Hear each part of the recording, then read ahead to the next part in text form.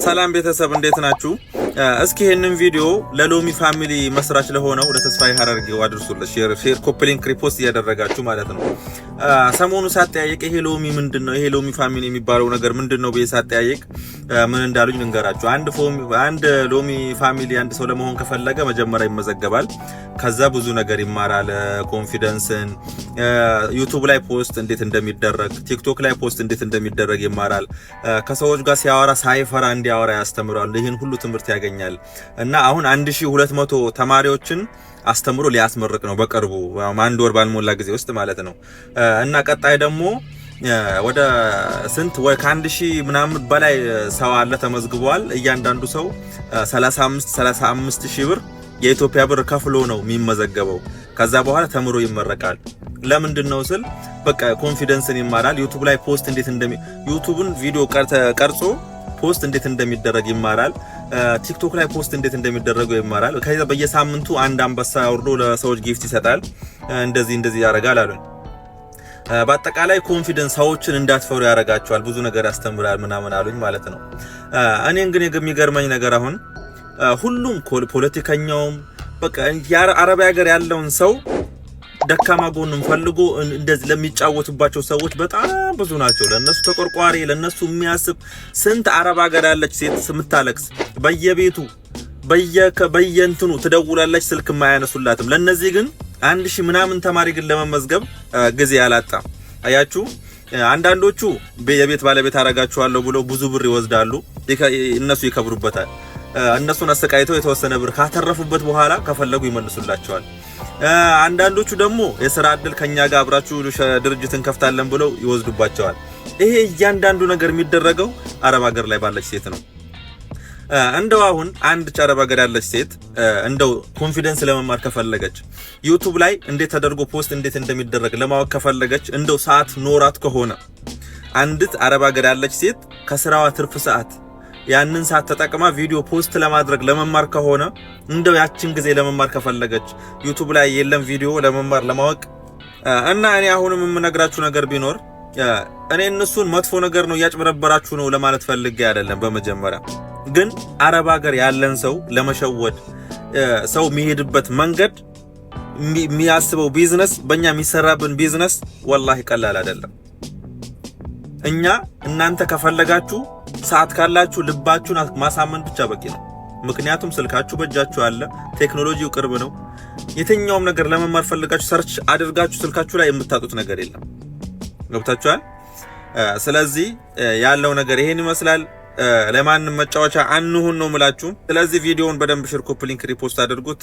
ሰላማችሁ ይብዛ። ለማንኛውም ስለ ቪዲዮ ኤዲቲንግ ከተማርኩ በኋላ ስለ ተምኔል ዲዛይን፣ ስለ ኮንተንት ክሪኤሽን፣ ስክሪፕት ስለመጻፍ እነዚህ ነገሮች ካወቅኩና ኒች ካመረጥኩ በኋላ ነው ዩቲዩብ የሚጀምረው። ዝም ብዬ ምንም ነገር ሳላቅ መጀመር አልፈልግም ይላሉ። የሚገርማችሁ እነዚህ ነገሮች ሳላቅ ነው የጀመርኩት ነው። በህንደኛ የተሰሩ ቲዩቶሪያሎች አሉ አይደለ? በእንግሊዘኛም በህንደኛም የተሰሩ እና እነዛን ሳይ በጣም ነው የምገረመው። ብቻ ዩቲዩበሮችን ሳይ ደስ ይለኝ ነበርና በቃ መጀመር አለብኝ ብዬ ወሰንኩኝ። ኢንዛን እንዴት ኤዲት እንደሚደረግ በቃ አሁን የዩቲዩብ አልጎሪዝም ሲሉኝ ራሱ አላውቅም እኔ። ስክሪፕት፣ ኮንተንት፣ ታይትል፣ ዲስክሪፕሽን በቃ እያንዳንዱ ነገር አላውቅም። የምር ዝም ብዬ ዩቲዩበር መሆን ብቻ ነበር የምፈልገውና ከዛ ዩቲዩበሮችን አየሁ ሰዎች እንዴት ነው የሚሰሩት ብዬ ቻናል ከመክፈት ጀምሮ እያንዳንዱ ነገር ሰርች ማድረግ ጀመርኩኝ። አሁን ዩቲዩብ ቻናል እንዴት ይከፈታል የሚለውን ቲዩቶሪያል በእንግሊዘኛ የተሰራል አይደለ? ያንን ካየሁ በኋላ ዩቲዩብ ቻናል በኢሜይል ከፍታለሁ። ከዛ ቪዲዮ እንዴት ሪከርድ ይደረጋል ሪከርድ ሲያደርጉ አያለሁ። ዘን ሪከርድ ማድረጉ በምንድን ነው? አሁንም ሪከርድ ማድረጊያ ሶፍትዌር ያስፈልጋል። ስለዚህ ያንንም ቱቶሪያል አይና አፕሊኬሽን አውርጄ ከዛ ሪከርድ ማድረግ። ዘን ኤዲቲንግ በምንድን ነው ኤዲት የሚደረገው? ወንደርሻል ፍሬምወርክ፣ ካፕከት፣ አዶቤ ፕሪሚየም በምንድን ነው? ዘን ያንንም ኤዲት ማድረግ። መጀመሪያ አስተውሳለሁ ያለ ተምኔል ነው ቪዲዮ የለቀኩትኝ እና ለአንድ 7-8 ቪዲዮዎች ደግሞ በፓወርፖይንት እያዘጋጁ ማለት ነው። ፎቶዬን ፓወርፖይንት ላይ ወስደዋለሁ። ከዛ እዛው ላይ ቴክስት ጽፋለሁ፣ ተምኔል አድርገዋለሁ። እንደዛ ነበር ማደርገው። ከዛ የሌሎችን ተምኔል ጥራት እያየሁ መጣ። ዘን ተምኔል በምንድነው የሚሰራው? አሁንም ቱቶሪያል ማየት። ዘን ስለ ተምኔል እያወቁ መጣ። ዘን ቪዲዮ ሲሰራ ለካ ዝም ብሎ ሐሳብ ስለመጣልን ብቻ አይሰራም። ሐሳባችን ፍሎው እንዲኖረው ኦርጋናይዝ መሆን ስላለበትና ለሰዎች እንዲገባ መጀመሪያ የምናውቀውንም ነገር ቢሆን ስክሪፕት መጻፍ አለብን። የምናውቀውን ነገር ኦርጋናይዝ ማድረግ ማለት ነው። መጀመሪያ ምንድነው ማለት ያለብኝ? ዘን ቀጥዬ እያለ ኖርማሊ የምናስበው ነገር ልናወራ እንዲ ካሜራ ፊት ስንቀመጥ ይጠፋብናል። ስለዚህ መጀመሪያ መጻፍ አለብን። ስለዚህ ያን አዘጋጅቼ መስራት እንዳለብኝ ተማርኩኝ። ከዛስ የዩቲዩብ አልጎሪዝም ምንድነው የሚፈልገው? መቼ ነው? ጧት ነው? ማታ ነው? በየቀኑ ነው? በየሁለት ቀኑ ነው? በየሳምንቱ ነው ቪዲዮ አፕሎድ ማድረግ ያለብኝ?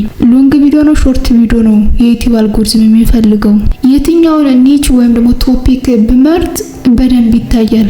እያንዳንዱ ነገር አናላይዝ መስራት ጀመርኩ። ይህ ሁሉ የሆነው ግን እኔ ቻናል ከፍቼ መስራት ከጀመርኩ በኋላ ነው እንጂ መጀመሪያ ላይ የዩቲዩብ አልጎሪዝም ሲሉኝ አይገባኝም። ስክሪፕት፣ ኮፒራይት አይገባኝም። ኤዲቲንግ፣ ተምኔል፣ ኢቭን ቃሎች ሁላ አዳዲስ የሚሆኑበት ጊዜ ነበረ። እነዚህ ራው ፎቶጆችን ቪዲዮ ሬንደር አላረፈም ሲጀመር እና ምናልባት ልክ እንደኔ ግራ ይገባችሁ ነገር ግን በዩቲዩብ ውጤታማ መሆን የምትፈልጉ ቻናል መክፈት የምትፈልጉና መስራት የምትፈልጉ እህት ወንድሞቼ ዝም ብሎ አንድ ሰው ምንም ነገር ሳያቅ መክፈት አይችልም አይደለ? ማለት ለመክፈትም እኮ ትንሽዬም ብትሆን እውቀት ያስፈልጋል። ተምኔል ለማዘጋጀትም በተመሳሳይ ቪዲዮ ኤዲቲንግም ልክ እንደዛው እና አንድ ነገር ስላወቅነው ነው የሚቀለን እንጂ ካላወቅነው ቀላሉም ከባድ ነው የሚሆነው እና ቻናል ለመክፈትም ከፍላችሁ ቪዲዮ ኤዲቲንግም ከፍላችሁ አልጎሪዝሙን ለመረዳት በተመሳሳይ ስለ ኮንተንት ክሬሽንም ከፍላችሁ ተምራችሁ ከዛ እነዚህን ሁሉ አውቃችሁ ኤዘን የራሴ ስቱዲዮ የራሴ ካሜራ ኦር ሳምቲንግ ሲኖረኝ ነው የምጀምር ካላችሁ አራ ይረፍዳል እኮ።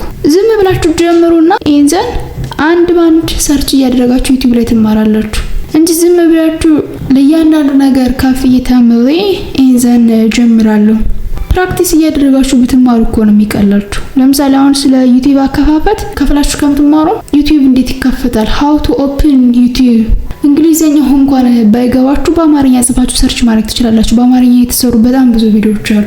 ስለ ቪዲዮ ኤዲቲንግ በተመሳሳይ የዩቲዩብ አልጎሪዝም የሚሰራው እንዴት ነው አለ ማአት ቪዲዮ። ታጎችን፣ ዲስክሪፕሽን፣ ታይትል እንዴት ነው ማዘጋጀት የምንችለው አለ።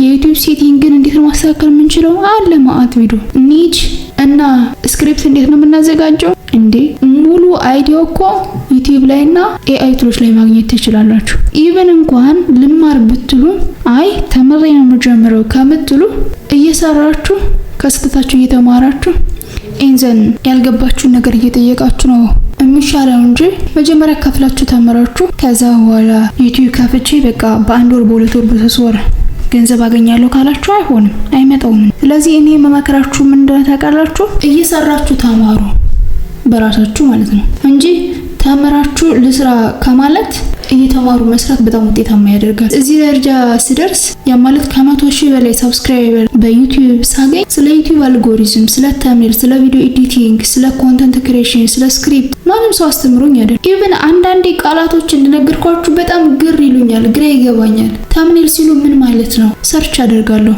ዩቲዩብ አልጎሪዝም ሲሉ አሁንም ግራ ይገባኛል። ከዛ በደንብ ጉግል አደርጋለሁ። ኤንዘን እንዴት ነው የሚሰራው የሚለው በደንብ አውቃለሁ። ከዛ በኋላ እረዳና እሱ በሚፈልገው ወይ ማዘጋጀት ያለብኝ ነገር አዘጋጃለሁ። ደፋር ሆኖ እሺ፣ አንድ ሰው ደፋር ሲሆን ውጤታማ ነው። ነገሮችን ለመጀመር ዛሬ ነገ አትበሉ። ውድቀትንም አትፍሩ። አንድ ሰው ሲወድቅ ነው በደንብ መማር የሚችለው። ሲፈተን ነው እንደ ብረት የሚጠነክረው እንጂ ካልተፈተናችሁ፣ ካላጣችሁ፣ ካልወደቃችሁ፣ ካልተሰበራችሁ ህመሙ አይገባችሁም። ለዛ ደግሞ ጠንክራችሁ መስራት አትችሉም። ዝም ብሎ አሻግሮ ከማየት በራስ መስራትን የሚያክል ነገር የለም። ተማሩበታላችሁ። እያንዳንዱ ነገር ስትሰሩ ስለሚገባችሁ ዝም ብላችሁ ጀምሩ። ዩቲዩብ መስራት የምትፈልጉ ሰዎች